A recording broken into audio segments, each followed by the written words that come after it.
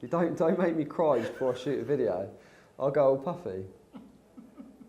So I'm Alan Donegan from the PopUp Business School, and I wanted to bring you an interview with a seriously interesting entrepreneur who built a business from scratch. So 11 years ago, 2006, just before the recession, Ben started Koozai, which is, well, it wasn't called Koozai back then. No, but he started Koozai, a digital marketing agency, all focused around search engine optimization and content creation. And Ben, over the last 11 years, has built a pretty damn successful business. And we wanted to get some ideas about how he did it, what he did to get going, that will help all of us build small businesses. So Ben, how did you come up with the idea? Where did it come from? I think I was like most people, and I was doing a job that I didn't particularly like very much, looking for a way out. And I'd been researching and reading.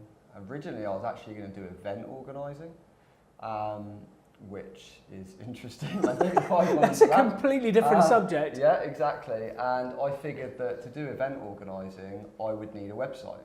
So I had to learn how to build this website. And by the time I started building this website, I kind of figured, well, if I've had to learn how to do that for me, why don't I just do that as a business? I was pretty crap at building websites. I could build them, but very much from template, nothing special. The moment came when I'd started a few other sites as well. I'd gone to get those sites marketed, and for all intents and purposes been fleeced. There was a thing that was happening way back when where people would optimise your website for terms that people just weren't looking for. It was really quick and easy to do, but it was a way of them saying, we'll get you X number of top 10 rankings, and you pay us X a month. And they'd get you those rankings, but it was absolutely pointless because no one ever searched for them. So that's what then led me into looking at how they were actually doing this. And I found that actually once you kind of got it, it wasn't that hard to join the dots up. And back then Google was pretty simple when it came to outranking people. And a lot of that was down to links. You had the most links, you won. And that's kind of how I stumbled on it really, and then it just kind of grew through SEO into content, and then paid offering and social and things like that, and it just kind of grew from there. So how did you choose between the events marketing business and the website business? What made you decide? I think it was, I'd learned how to build websites, so it just seemed stupid. I knew how to build websites. Why then go and start trying to organise events? That just seemed silly. And by then people gone, oh, you've built this website, that's really cool. How did you do that? Could you do that for me? And then suddenly you get 1 or 2, 3 or 4 people that want you to build websites for them, and then they want you to market them. And before I knew where I was at, I was earning more money doing what I was doing in an evening and a weekend than I was during the day at work. And it became, I'd even taken on the company I was working for, I'd taken them on as a client on my side business. I mean, they knew about it. I'd had to get it authorised through them that I could run this business outside of working hours. And yeah, they were paying me nearly what they were paying me a month to do this outside of work. It was it's crazy when you look back. But I think everyone kind of has limits and things that hold them back. So for me, it was personal debt. I think I owed about 28 grand, I think, when I... Did you have a good time? It was a bloody good time, yeah. It was really good. But then you wake up and you suddenly go, how am I going to pay this off? If I pay this off by literally just paying every month, I'm going to be probably clear in about 5 years. Which doesn't 5 years of hard work for... So you put your life on hold for 5 years to pay it off. And I hated what it did anyway, really. I didn't agree with what was going on. I didn't particularly like it. The people were nice, but I think it's that classic, you always see a better way of doing it when you've only got your particular snapshot of what's happening. And it was just, I think in my experience, I saw people on that bit of the journey that, oh, I'm going to set my own business up, I've got all these ideas. That's all they ever were. And they were really good ideas, but they kind of took them a certain way, and the first bit of pushback, and they just moved on to something else. And someone, I can't remember, I don't know, read it, and they said, you know, you need to be ready to succeed, you need to be ready for success, or whatever the term is. But it is, you will self-sabotage, you will talk yourself out of it, you will panic. I mean, I even with what I was earning a month, still continue to talk myself out of leaving my job. So how did you decide? Because you're in a full-time employment, you've got a side hustle that's earning you more than the full-time employment. How did you make the decision to jump to go full-time into your business? So it's quite funny. So I actually went to a barbecue with an ex-girlfriend, with a load of people I didn't know, and there was a guy there who'd bought his younger sister, who had gone to college and uni, and she was living away. She was blind, and her hearing was really bad as well. And it was one of those moments where you sat there and you just thought, I have absolutely zero reason to complain or worry. You heard what this girl had done, and it was just really inspirational. And I remember that was the Sunday, and I just remember going in on the Monday and just handing my notice in and going, I can see, I can hear, there's nothing wrong with me. The only thing holding me back is me. Yeah. So I'm just going to go for it, and that's what I did. But the interesting thing was, although good things were kind of happening, it was only when I left, and I remember I think it was either the week that I'd left or the week after, I landed a couple of new clients. I actually had a publisher ring me up and offer me a book deal, and all this good stuff just happened because it was like my head was in a totally different space. Yeah. I wasn't pretending to be this thing anymore. I was what I said I was. Whereas all of the other bits and pieces were all done. I was having to take days off and go in, and it was not smoke and mirrors, but you can't rock up and say, yeah, I'm this leading SEO consultant, but my day job is doing this. It doesn't really work. People wouldn't really get that. So there is an element of, I don't really like the term fake it before you make it, but you've got to kind of act like what you want to be. So you fully committed, you threw yourself into it, and all of a sudden business turned up, book deals turned up. Yeah. So one of the things that I think a lot of us struggle with when we launch businesses is getting those first customers. So selling and finding customers. How did you, because you had a few that came to you and you started to get known. So the way that I did it was a bit different. So obviously because I was looking to do SEO, I'd set up my own consultancy website and I was SEOing it, and I was basically using it as let's try to see how this SEO stuff works. The funny thing was, people then started ringing me and going, oh, Ben, you're this SEO consultant. We need to talk to you about our SEO. I'm like, because your website was working. You what now? What? Where? Huh? Where have you found this? Oh, it's in you're number 2 in Google for SEO consultant. I was like, yeah, of course I am. So that was the first. Well, it obviously worked. Yeah. So because I was building websites as well, I was kind of a bit like, what am I doing? What am I going to be? And I think that then comes back to this. Everybody wants this very structured plan of, I'm going to do this, then I'm going to do this, then I'm going to do this. And it doesn't work like that. You've got to be able to morph with it, and don't just stick to what the original plan was. Don't be afraid to kind of change that and move that around, because otherwise you just keep going in a direction that maybe people don't really want that, they want this, but if you're not listening, you're not going to kind of adapt and change with it. I think the other thing that I found was when people knew what I was going to do, most people were just like, why are you going to do that? Loads of people do that. Why would anyone use you? Why would anyone pay for you to do it? That's just... And you have to be able to not ignore it, but understand that that's their self-limiting beliefs, but you don't need to take that on. And if you're that determined and you believe in what you're doing that much, then you go for it. Also, there's a lot of things that you can do that don't rely on you just quitting your job and starting it. but it does rely on you sacrificing your weekends or your evenings, and the people that don't make it, the ones who want to go and play PlayStation all evening, or they're out every weekend with their mates, they want it to happen as long as they don't have to put any effort in, and it just doesn't really work like that. So what do you think are the 3 top things that have enabled you to build the business? Because it's gone from 0 to offices in London, Southampton, Newcastle, you have some major clients. What's the 3 things that you've bought that have enabled it to grow? I think you've got to believe in what you're doing. You've got to trust and believe that it's going to get there. You've got to focus. I think it's that kind of just that determination to push it through.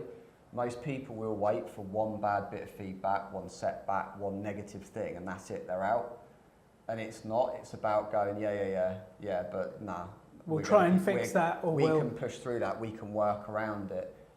Yeah, I don't remember a time that someone's brought me a problem so big that I can't think my way around it or through it or over it. It doesn't, it's just people go, oh, I can't do it because of that. Okay, so how can we do it? Oh, well, we could think of other options, could we? Well, yeah, we could. And it's looking at all the options. One of the big things that I've learned and adapted through is, I call it like a decision-making engine. And it's developing and training yourself to take on like your past experience, things that you've learned, and use that to enhance the way that you make decisions. So that when people come at you with a problem, you can almost look at the different scenarios and how that could work and how you could get around them. But the more you do it, it's like anything, the quicker you can do it moving on, and the more that you can run at any one time, which means that everyone would have been in a situation where there's an issue and someone's like, yeah, I know what we're going to do this. And straight away you think, yeah, but that's just going to cause this other issue 2 steps further down.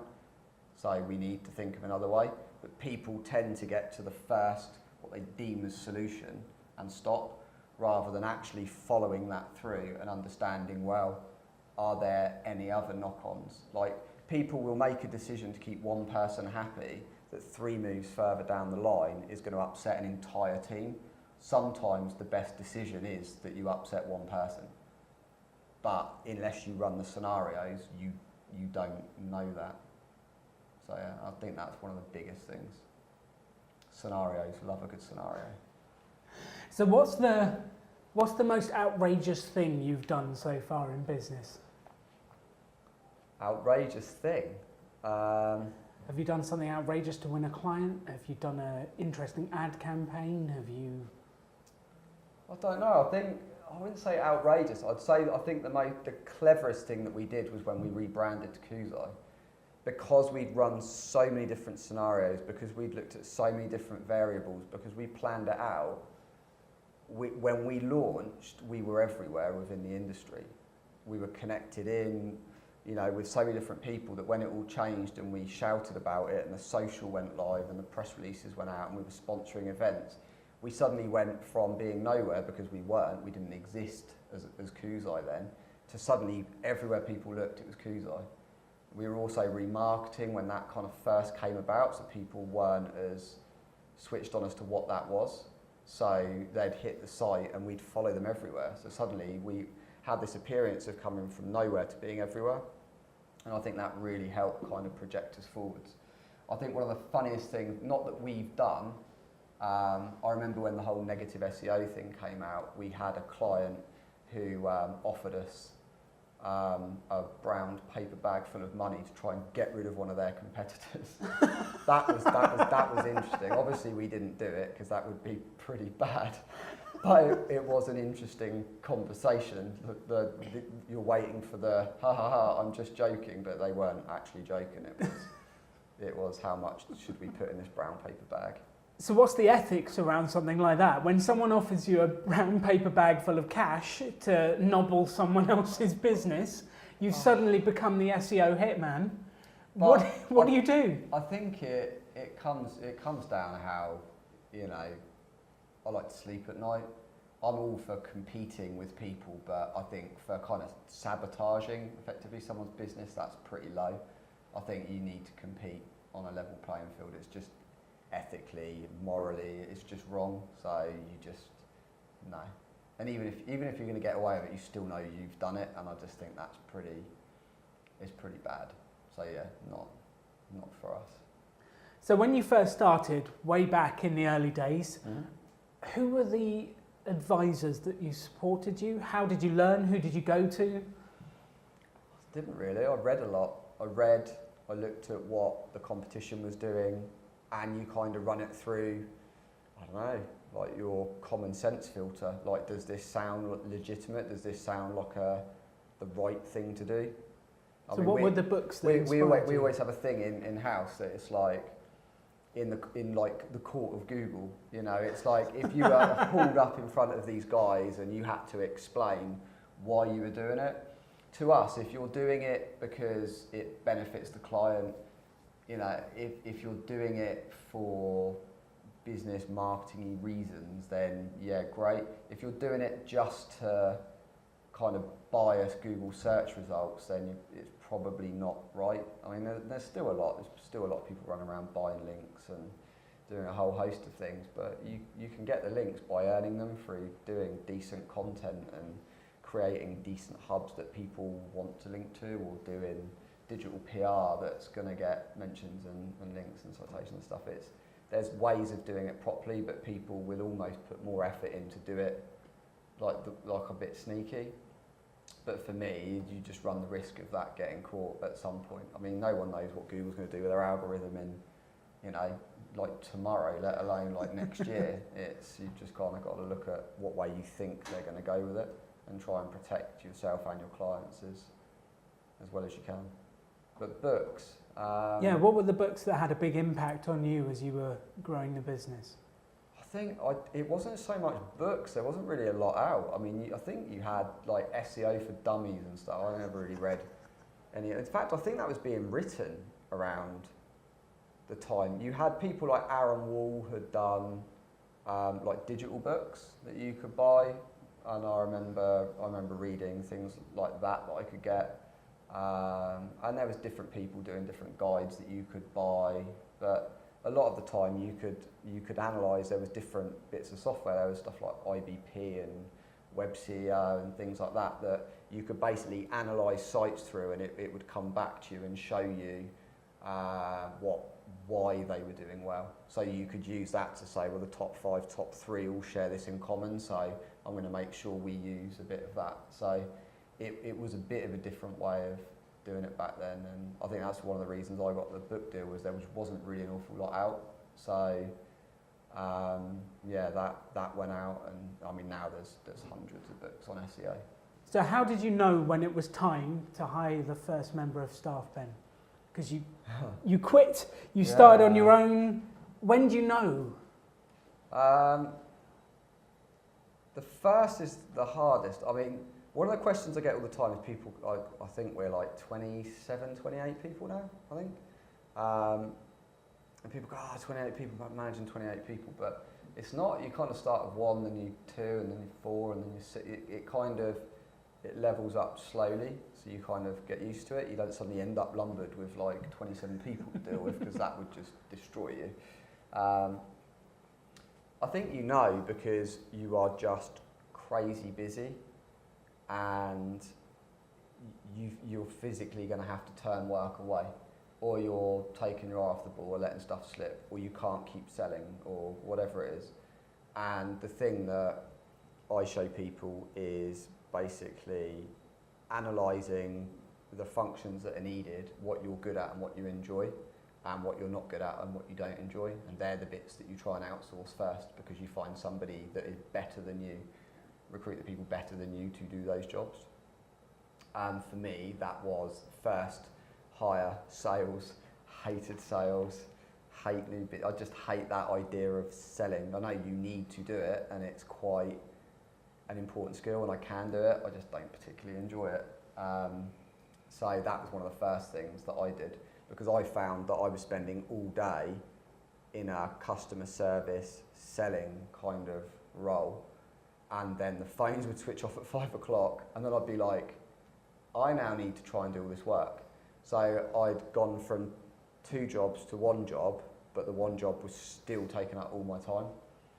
So yeah, I think a lot of people have this with the first person. It's one of those milestones, and people feel quite nervous about hiring the first person. I think you just got to make sure you've got the regular money coming in, you've got money in the bank that can float you for however many months that you're comfortable with. I had a year in the bank before I hired Henry, the first team member. But that's the thing, people say, well, yeah, but how much should you have in the bank? Well, what's your tolerance on risk? Like, how risk averse are you? How much do you feel you need? Well, I'm comfortable knowing I've got a year of not bringing anything in. Well, that's a pretty perfect storm to suddenly lose everything and not generate anything for a year.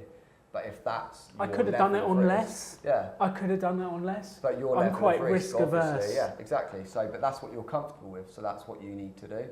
And also, it depends when you get to that point where you physically can't juggle the balls anymore, because then you end up going backwards. So you don't want to invest any more money in because of the risk. So you won't, put another, I don't know, say 3,000 a month for a salary. But yet, by not doing that and mismanaging accounts, you run the risk of losing like this account that's worth like 100 grand a year. So it's looking at it sensibly as well, and going, well, I would rather have a year's worth of runway. I've only got 6 months, but if I don't do something in a minute, I'm going to lose this account. I'm going to lose the money and suddenly anyway. it's going to set me right back anyway. So it's a false economy.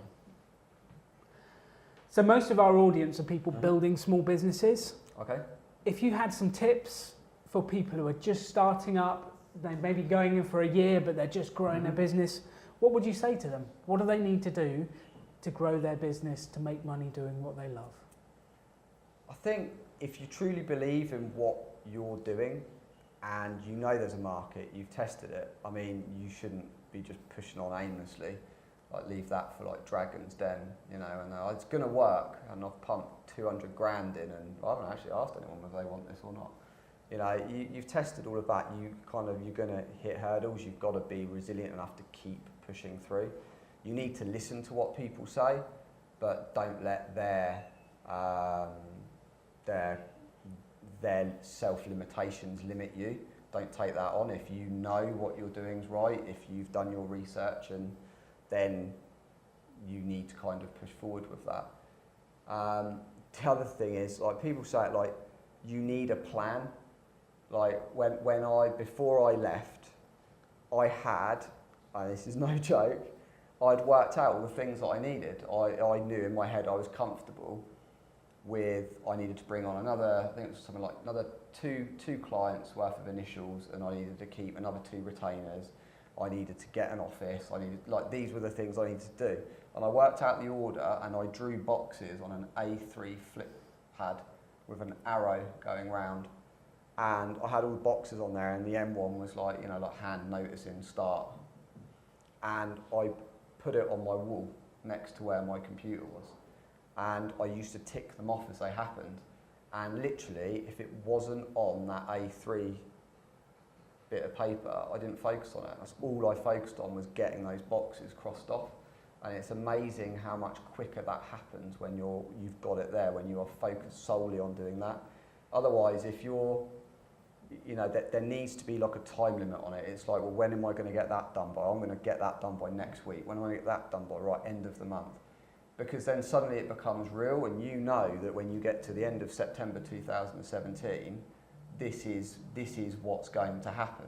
Like, this is where I'm going to be. You know that you're falling behind or you're not on track. Whereas I think people, they have this dream and they're kind of scared to push it into reality. So it continues to keep being this pipe dream. Further and further away. And also, like, just actually taking action and doing something about it. Otherwise, it's easy just to put it off till tomorrow, put it off till tomorrow. It doesn't matter what it is that you start, but start something. Like, do part of it now. Like, because once you start and then you just get that momentum, it's easier to carry on, and that then drives you forward more. The other thing that I used to do was I used to put little rewards in place. So, like, there's one year I wanted a new watch. So I put a target for myself in place, and that's what I focused on.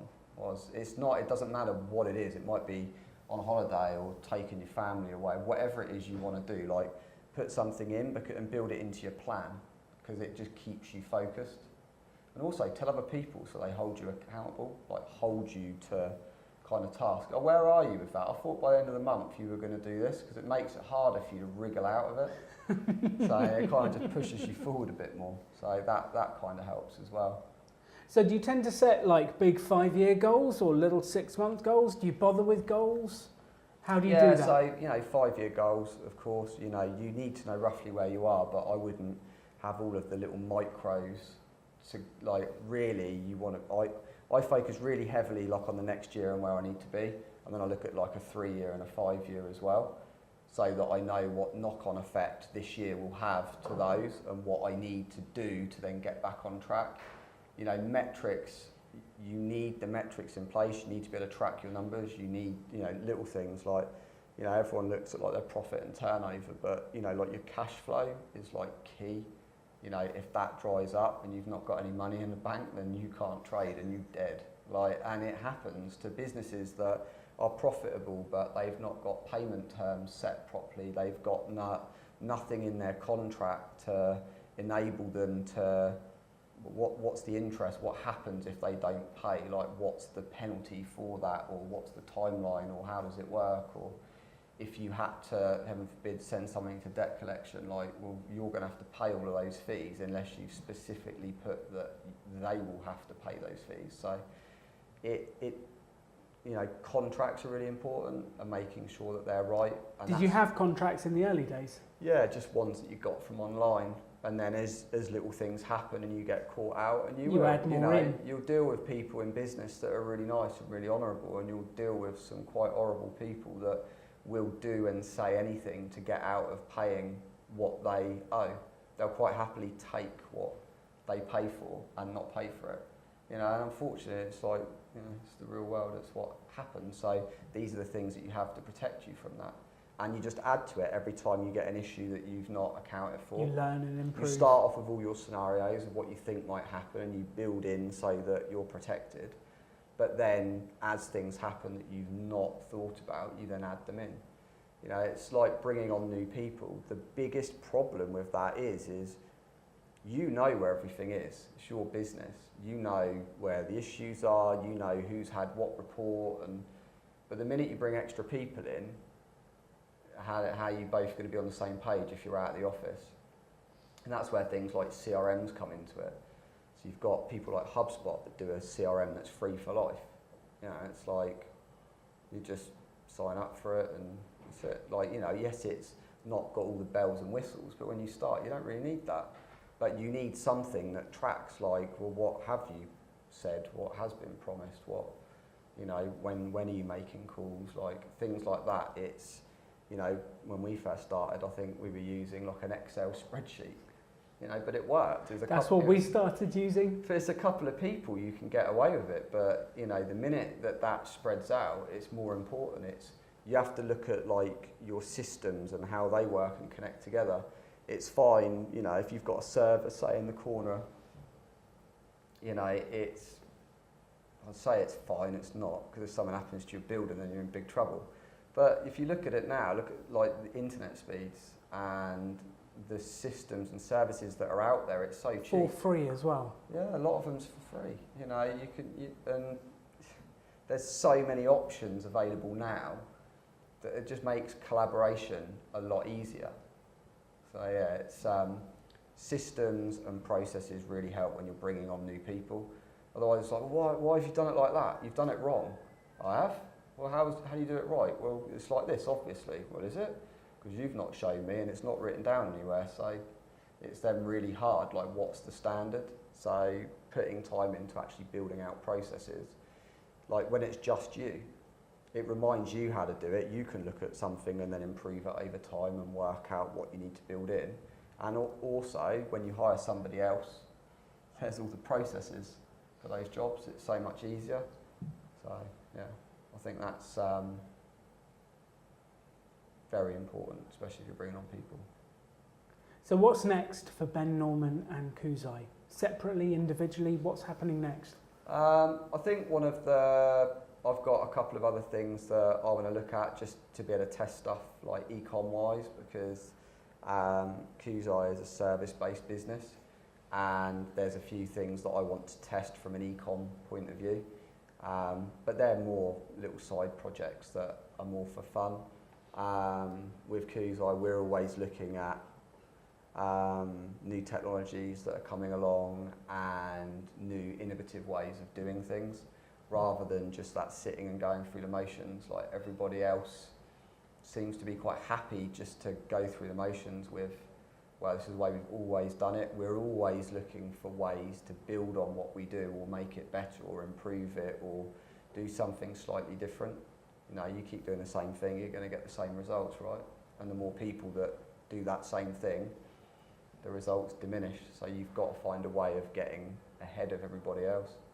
So if the audience want to find out more about you, where do they go? Koozai.com, so for digital marketing things. We've got Koozai TV there, so lots of videos on lots of different things to do with digital, and the blog as well, YouTube. I'm always on Twitter, I am Ben Norman. Yeah, I think that's probably the best places to find us. Thanks, Ben. No worries, thanks for having me.